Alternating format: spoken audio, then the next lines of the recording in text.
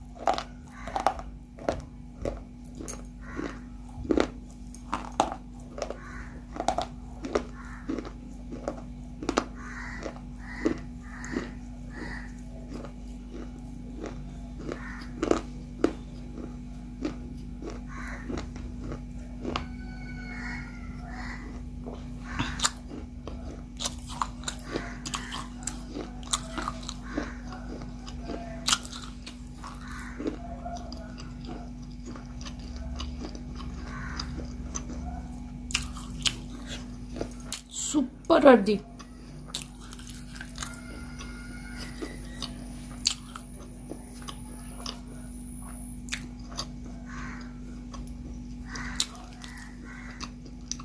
अच्छा लगा। मेरा लास्ट जो बाइट था ना वो काफ़ी थिक था, बहुत इंजॉय किया मैंने। तो आप बताइएगा आज का वाला वीडियो आपको कैसा लगा। अगर अच्छा लगा हो तो प्लीज़ लाइक एंड सब्सक्राइब। मिलता है नेक्स्ट वीडियो के साथ, नेक्स्ट कंटेंट के साथ। Okay bye.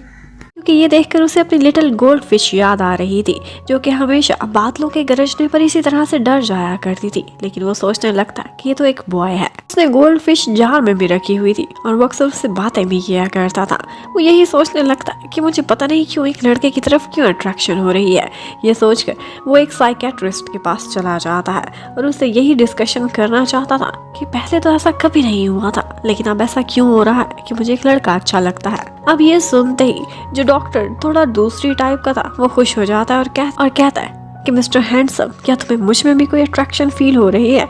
और ये सुनते ही शनशू तो वहाँ से बाहर की दौड़ लगा देता है। और बस ये सुनते ही शनशू अपनी इज्जत बचाकर वहाँ से दौड़ने की करता है। लेकिन उसी हॉस्पिटल में हमें दिखाते हैं कि ली भी खड़ी हुई है और उसकी किसी से लड़ाई हो रही थी क्योंकि किसी पेशेंट ने उसकी ग्रैंडमा से बदतमीजी की थी। अब जैसे ही वो पेशेंट ली पर हाथ उठाने वाला था तो उसी समय शनशू वहाँ पहुँच जाता है और उसका हाथ पकड़कर तोड़ मरोड़ देता है, जो कि उसके पर्सनल असिस्टेंट पर उठने वाला था। और उसके साथ ही जैसे उसे पता चलता है कि ली की ग्रैंडमा यहाँ पर बीमार है तो वो कहता है कि इनके लिए एक VIP रूम अरेंज करना मेरी जिम्मेदारी है। यहाँ पर उनके लिए रूम का तो अरेंज हो गया था। ये सुनते ही ली इतनी खुश हो जाती है कि फौरन ही उसे हक कर लेती है और उसका थैंक्स कर रही थी। यहाँ पर शनशू को उसका इस तरह से हक करना बहुत अच्छा लगता है, लेकिन साथ ही साथ वो परेशान भी हो रहा था कि एक लड़के के लिए मैं ऐसा क्यों फील कर रहा हूँ।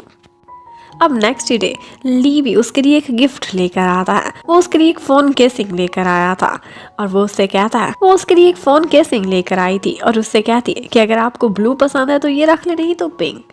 अब ऑफ कोर्स शनशू ने तो ब्लू ही पसंद किया था और वो तुरंत ही अपने फोन का पुराना कवर उतार कर ली का दिया हुआ गिफ्ट उस पर लगा लेता है। जबकि ली जब बाहर जा रही थी तो उसके हाथ में पिंक वाली केसिंग थी और बाय ये देखती है तो उसे शक होने लगता है कि जैसे इन दोनों के बीच कुछ तो गड़बड़ है। तभी तो इन दोनों ने फोन के मैचिंग कवर्स भी रखे हुए हैं। वो अंदर जाती है और जाते ही वो चिल्लाने लगती है और कहती है शन को कि देखो लिटिल गोल्ड फिश, वो लड़की अब तुम्हें कभी भी नहीं मिलने वाली। बचपन की बातें तुम भूल जाओ और जहाँ तक इसका ताल्लुक है, ली तो एक लड़का है। इन दी एंड तुम्हें मुझसे ही शादी करनी होगी, इसलिए आज ये एक्सेप्ट कर लो तो ज्यादा बेहतर होगा। लेकिन ये सुनते ही वो बाय को अपने कमरे से बाहर निकलवा देता है और उसके बाद काफी देर तक अपनी गोल्ड फिश से बातें करता रहता है। वहीं पर उसकी आंख भी लग गई थी। यहाँ पर उसके पास आकर ली बैठ जाती है जो उसी फिश को देखे जा रही थी। शन तो सो चुका था तो वो उस जार को उठाती है और उसको उसकी अपनी प्लेस पर रखने वाली थी कि पीछे से शन उसको एक आवाज देता है। ये सुनते ही वो एकदम डर गई थी, उसके हाथ से वो जार छूट जाता है। वो लिटिल गोल्ड फिश तड़प तड़प कर मरने वाली थी कि तुरंत ही शन वहाँ पहुँचता और उसे एक और पानी के जार में डालकर उसकी जान बचा लेता है। लेकिन यहाँ पर उसे ली पर बहुत गुस्सा आया था। वो चिल्लाता है, डांटता है, उसे कहता है कि आइंदा से मेरी चीज़ों को हाथ लगाने की कोशिश मत करना और तुम इस लिटिल गोल्ड फिश के सामने कोई भी औकात नहीं रखते हो। अब बेचारी ली को भी यहाँ पर चोट लगी थी, लेकिन शन को उसकी कोई भी परवाह नहीं थी। वो गोल्ड फिश को लेकर बहुत अपसेट हो गया था। उधर हमें ग्रैंड माँ को दिखाते हैं जो कि आज बीमार थी और उनसे मिलने के लिए बाय आई हुई थी। बाय आती है, उनसे बहुत प्यार से बातें करती है, उनकी खिदमतें करती है और उसके बाद जब बाहर निकलती है तो उसका और ही रूप था। वो अपने हैंड्स क्लीन करती है और सोचती है कि पता नहीं कैसे कैसे लोगों को मुझे छूना पड़ रहा है शन से शादी कर। अब यहाँ पर हॉस्पिटल में वो किसी लड़की को देखती है जो कि ली थी और ली को देखते ही वहाँ पर वो हैरान रह जाती है। वो उसका पीछा भी करती है और फिर इन दी एंड उसे पता चल जाता है कि ये तो एक गर्ल है जो कि बॉय का रूप धार कर शन के ऑफिस में काम कर रही है। वो उसका वीक पॉइंट रंगे हाथों पकड़ लेती है और फिर उससे कहती है कि तुम्हारे पास जान बचाने का सिर्फ एक तरीका है और वो ये है कि मैं तुम्हें बहुत सारे पैसे दूंगी। ऑफ कोर्स तुम गरीब हो, तुम्हें पैसों की जरूरत भी है, लेकिन इसके बदले तुम्हें ऑफिस से रिजाइन देना होगा और तुम्हारी जगह मैं पर्सनल असिस्टेंट लगूंगी। और वो उससे ये भी वादा लेती है कि किसी भी सूरत शन को कभी भी ये पता नहीं चलना चाहिए कि तुम एक गर्ल हो। अब बेचारी ली तो अपनी ग्रैंड माँ की वजह से काफी मजबूर थी, उसे पैसों की जरूरत पड़ती रहती, वो इस ऑफर से इनकार नहीं कर पाती और यस कर देती है। और फिर नेक्स्ट ही मॉर्निंग जैसे ही शन ऑफिस में वापस पहुंचता है तो उसे पता चलता है कि उसके पीए ली ने तो रिजाइन कर दिया और उसकी जगह बाय काम करेगी। लेकिन वो बाय को बिल्कुल भी बर्दाश्त नहीं करता और कह देता है कि तुम्हें कभी भी नहीं रखने वाला, क्योंकि मुझे वुमेन के साथ इजी फील नहीं होता। और खुद वो ली के घर के बाहर पहुंच जाता है ये पता करने के लिए कि उसने अचानक रिजाइन क्यों कर दिया है।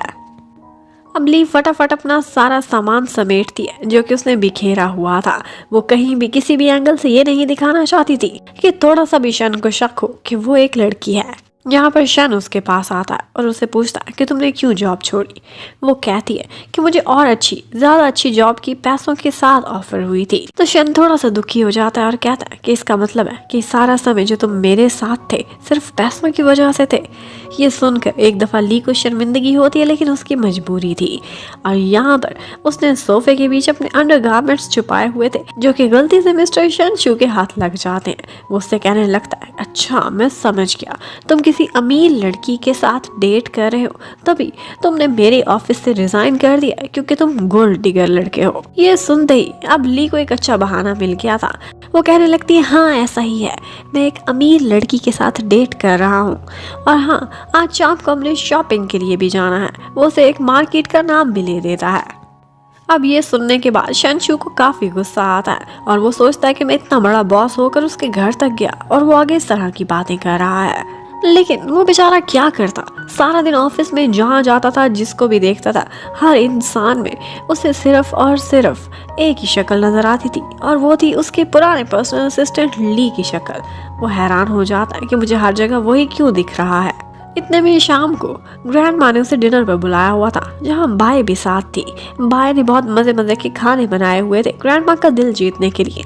लेकिन यहाँ पर जैसे ही शनशू एक खाना टेस्ट करता तो वो फौरन ही उस रेस्टोरेंट का नाम भी बता देता है कि जहाँ से उसने टेक अवे लिया है। इतने में वो न्यूज़ देखता है तो उसे पता चलता है कि उसी मार्केट के करीब एक एक्सीडेंट हुआ है और जिस लड़के की वहाँ पर डेथ हुई है उसकी एज और उसका हुलिया बिल्कुल ली जैसा है। ये सुनते ही वो परेशान हो जाता है और दौड़कर वहाँ पहुँचता है। वो बहुत सैड था और उसकी नजरें सिर्फ और सिर्फ ली को तलाश कर रही थी। वहाँ से एक डेड बॉडी जा रही थी जिसने वही स्नीकर्स पहने हुए थे जो कि शन ने ली को दिलाए थे। लेकिन उसी समय वहाँ पर पीछे ली भी खड़ी हुई थी। शनशू मुड़कर देखता है तो उसे ठीक ठाक देखकर वो उसे तुरंत ही हक कर लेता है और कहने लगता है कि पता है मैं कितना परेशान हो गया था, मुझे लगा कि कार एक्सीडेंट तुम्हारा हुआ है। लेकिन ली आगे से कहने लगती है कि कैसे होगा, मेरे पास तो कोई कार ही नहीं तो एक्सीडेंट क्या होना। लेकिन उसकी बातों पर शन का कोई ध्यान नहीं था। वो कहता है कि मैं बहुत खुश हूँ कि तुम एक लड़का हो, अगर लड़की होते तो मैं तुम्हें अपने क्लोज ना रख पाता। अब उसके बाद वो एक दिन एक स्पोर्ट्स कार की टेस्ट ड्राइव भी लेता है और कहता है ली को कि तुम ही ड्राइव करोगे। वो जब ड्राइव कर लेती है तो कहता है कि ये कार मैं तुम्हें देता हूँ, ये हमारी कंपनी की तरफ से तुम्हारे लिए एक इंसेंटिव है। ये सुनते ही ली काफी हैरान हो जाती है। अब उसके थोड़ी देर बाद शन उससे पूछने लगता है कि तुम्हारी बर्थडे क्या है, कब आती है। लेकिन आगे से ली कहती है कि मुझे क्या पता होगा, मैंने आज तक नहीं बनाई, बस डॉक्यूमेंट्स में कोई लिखी हुई है, वरना मेरी ग्रैंड माँ ने मुझे एक कचरे के ढेर से उठाया था और उससे पहले कि मुझे कोई यादें नहीं है, पता नहीं मैं कहाँ से वहाँ पहुँची थी। लेकिन मैं बहुत जख्मी हालत में थी, उन्होंने मुझे रेस्क्यू किया था। बस वो इतना बताती है कि उस दिन रेनबो निकली हुई थी जिस दिन तुम मुझे मिली थी।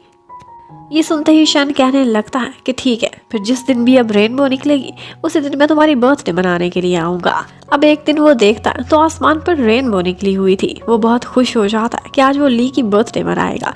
लेकिन इत्तेफाक से उसी दिन बाय की भी बर्थडे थी और वो अपनी बर्थडे पार्टी पर शन को भी इन्वाइट करती है। लेकिन वो मना कर देता है कि आज मैं बहुत बिजी हूँ और खुद वो ली के पास जाता है, उसे फ्लावर्स गिफ्ट करता है। ये देखकर ली हैरान हो जाती है कि तुम एक लड़के को क्यों फ्लावर दे रहे हो।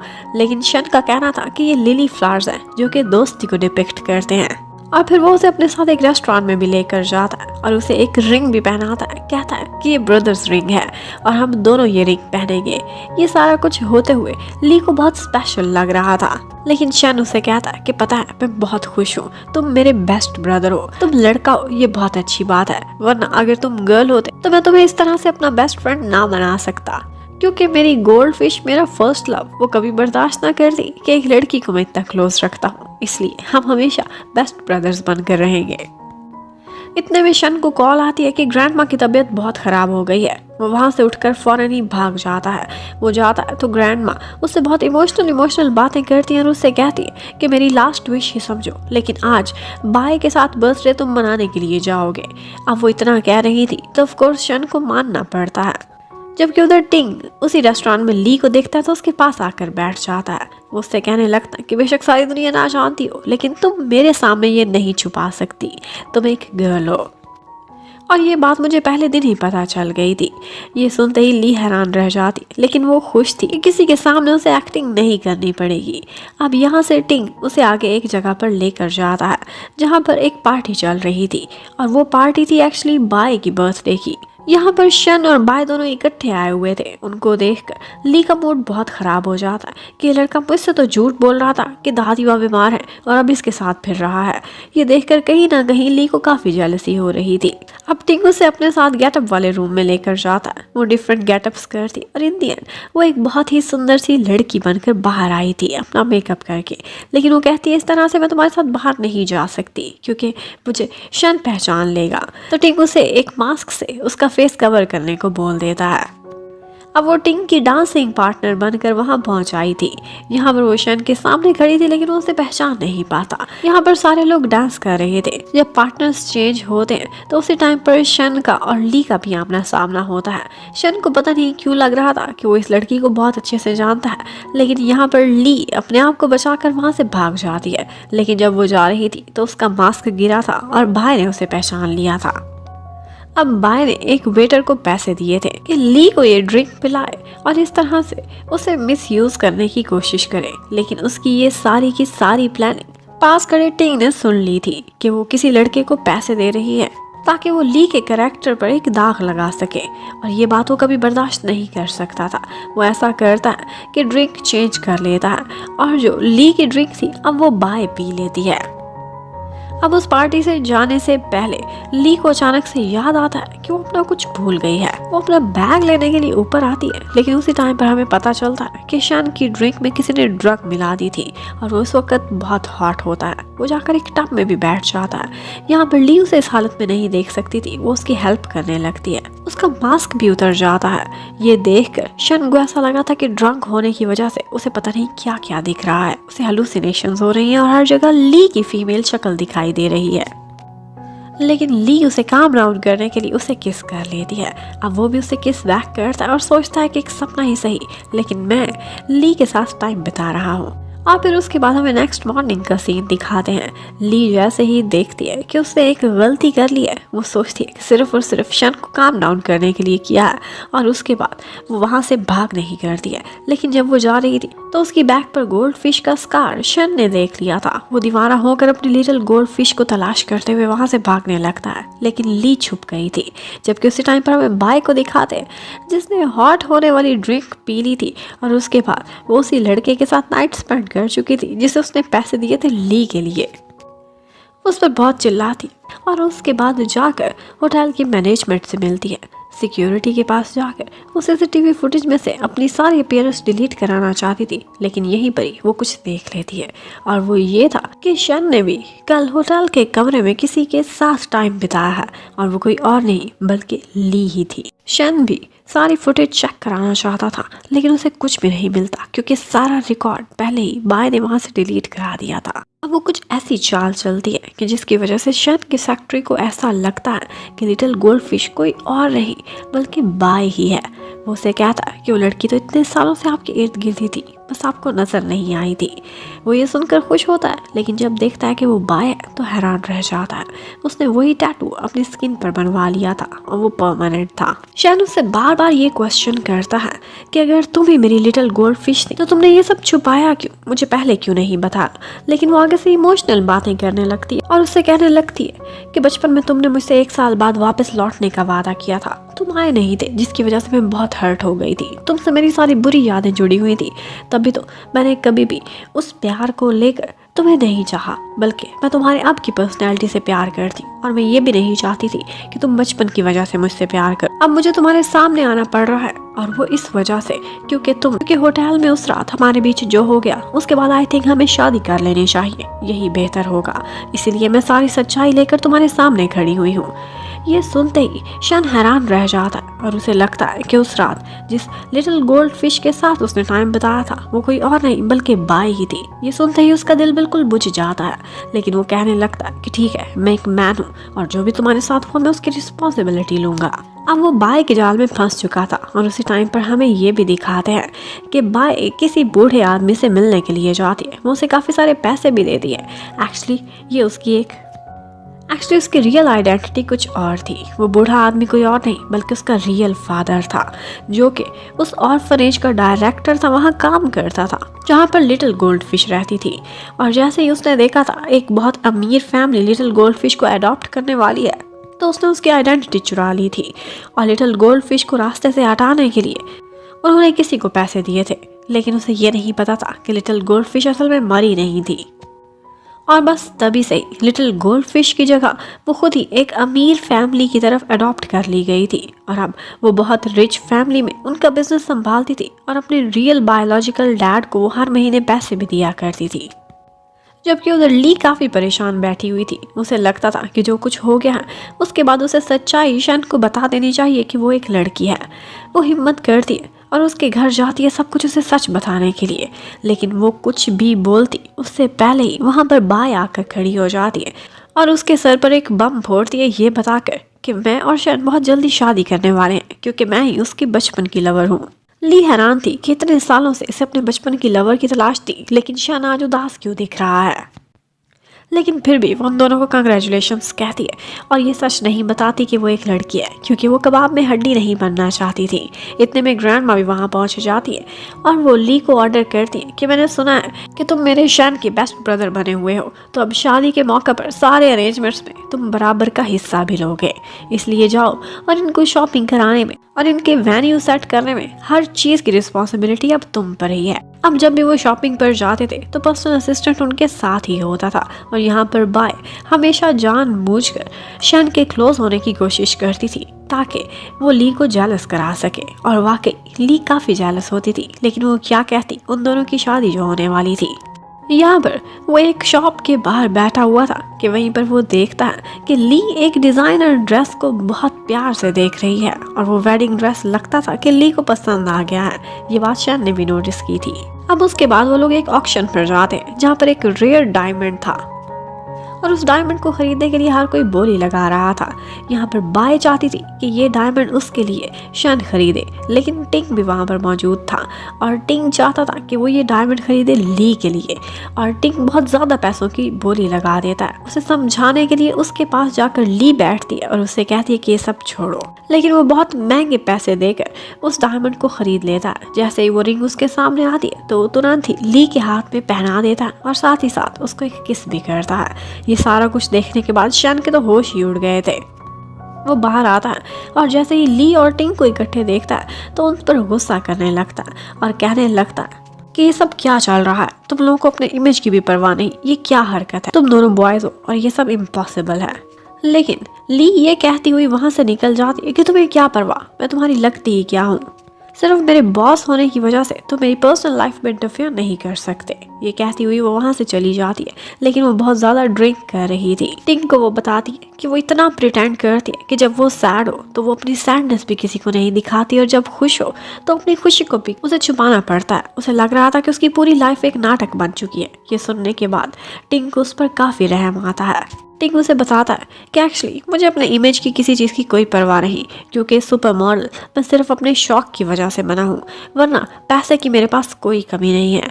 एक्चुअली वो एक बहुत बड़ी फैमिली से बिलोंग करता था और इवेंचुअली उसने अपना बिजनेस ही संभालना था। वो कहने लगता है कि इसलिए जो मेरा मन कहता है मैं वो कर डालता हूँ बिना कॉन्सिक्वेंसेस के बारे में सोचे हुए। उधर हमें दिखाते हैं कि बाई को अपने डैड के थ्रू एक बात पता चलती है और वो ये थी कि लिटिल गोल्ड फिश अभी भी जिंदा है और वो लड़की कौन है वो सबूतों के साथ आए थे। ये देखते ही उसे बहुत गुस्सा आता है कि वो लड़की कोई और नहीं बल्कि ली ही है। वो सोचने लगती है कि आखिर ये लड़की मेरी लाइफ में इतना इंटरफेयर क्यों कर रही है। एक दिन थंडर स्टॉर्म होता है और शन को लगा था कि मेरी लिटिल गोल्ड फिश बहुत ज्यादा डर जाएगी, लेकिन यहाँ पर बाई कहने लगती है कि बचपन में वो डरती होगी लेकिन अब मैं बिल्कुल भी नहीं डरती। लेकिन ये सुनते ही शन को किसी की याद आने लगती और वो कोई और नहीं बल्कि ली ही थी। वो सोचने लगता है कि वो बहुत ज्यादा डर गया होगा मेरा बेस्ट ब्रदर, लेकिन वो जैसे ही उसके फ्लैट पर पहुंचता है तो हमें पता चलता है कि वहाँ पर बाई के रियल डैड पहुंचे हुए हैं उसे खत्म करने के लिए। बाई ने उनको पैसे दिए थे। शन जब बार बार डोर बेल बजा रहा था तो अंकल उसे कहते हैं कि दरवाजा खोलो और कोई भी बहाना करके इसे यहाँ से भगाओ। यहाँ पर ली इशारों में उसे बता देती है कि मेरे पास खतरा है और शन भी ये बात नोटिस कर जाता है। वो मुड़ता है और उसका दरवाजा तोड़कर उसकी जान बचा लेता है, लेकिन इन दी एंड वो अंकल वहाँ से जाते जाते उसके सिर पर कोई चीज़ फोड़कर उसे जख्मी करके वहाँ से भाग जाते हैं। लेकिन जाने से पहले ली को भी पता चल गया था और उसके साथ साथ शन को भी कि वो अंकल कोई और नहीं बल्कि ऑर्फनेज के डायरेक्टर थे। अब जैसे ही शन होश में आता है तो ली उसका हाथ पकड़कर उससे कहती है कि मैं तुम्हारे लिए बहुत परेशान हूँ और साथ ही ये सच भी बोल देती है कि मैं एक लड़की हूँ। मैं डर के मारे ये सब नहीं बता रही थी कि इस तरह से तुम मुझे अपना बेस्ट फ्रेंड भी कभी नहीं बनाओगे, और वैसे भी तुम्हारी शादी तो तुम्हारे बचपन की लवर गोल्ड फिश से हो रही है। लेकिन ये सुनते ही शन कहता कि मैं तुम्हारी खातिर कुछ भी कर सकता हूँ, क्योंकि पता नहीं क्यों बिना किसी जेंडर के बारे में सोचे मेरा मन करता है कि मैं तुम्हारे साथ रहूं। और इतने में ऊपर से बाई पहुंच आती है। शन तुरंत ही उससे कहता है कि तुम समझो कि हमारी वेडिंग कैंसिल हो गई है। ये सुनते ही बाई उससे कहने लगती है वो तो सब सही है, मुझे कोई मतलब नहीं, तुम्हारा जो फैसला है ठीक होगा, लेकिन तुम उसके बारे में तो सोचो कि तुम मेरे बेबी के डैड बनने वाले हो। उस रात जो भी हमारे बीच हुआ उसकी वजह से मैं प्रेग्नेंट हो चुकी हूँ। ये सुनते ही शन बहुत परेशान हो जाता है और ली भी ये सुनते ही वहाँ से चली जाती है, क्योंकि वो अब एक थर्ड व्हील नहीं बनना चाहती थी। जबकि शन टिंग से मिलता है। टिंग के बहुत ज़्यादा लिंक्स थे। वो उससे कहता है कि तुम अब मेरी इस इशू को रिजॉल्व करने में हेल्प करोगे। और उसके बाद फाइनली वेडिंग का डे आ जाता है। बाई बहुत खुश शन के साथ खड़ी हुई थी, लेकिन शन यहाँ पर एक वीडियो चलवाता है जिसमें टिंग ने बाई के रियल डैड को पकड़ा हुआ था और वो कन्फेशन कर रहे थे कि किस तरह से उन्होंने बाई की खातिर इतना कुछ किया है। वो नकली की लिटिल गोल्ड फिश बनी हुई है, जबकि असली वाली लड़की कौन है, और वो ली है जिसे वो 20 मिलियन देकर मरवाना भी चाहती थी। और इसके साथ साथ शन उसका डीएनए टेस्ट भी ले आया था कि इसके रियल डैड कौन है और ये इतने सालों से कैसे नाटक करती आई है। और फिर उसके बाद वहाँ पर अपीयरेंस होती है उसकी रियल वाली ब्राइड की, जो कि कोई और नहीं बल्कि ली थी। ली को भी वो सारा कुछ याद आ चुका था और वो भी अपने बचपन के लवर शन से अब शादी करने के लिए रेडी खड़ी हुई थी। और फिर फाइनली उन दोनों की वेडिंग हो जाती है और इसके साथ ही हमारी इस कहानी की हैप्पी एंडिंग भी। Thank you for watching, stay connected, bye bye.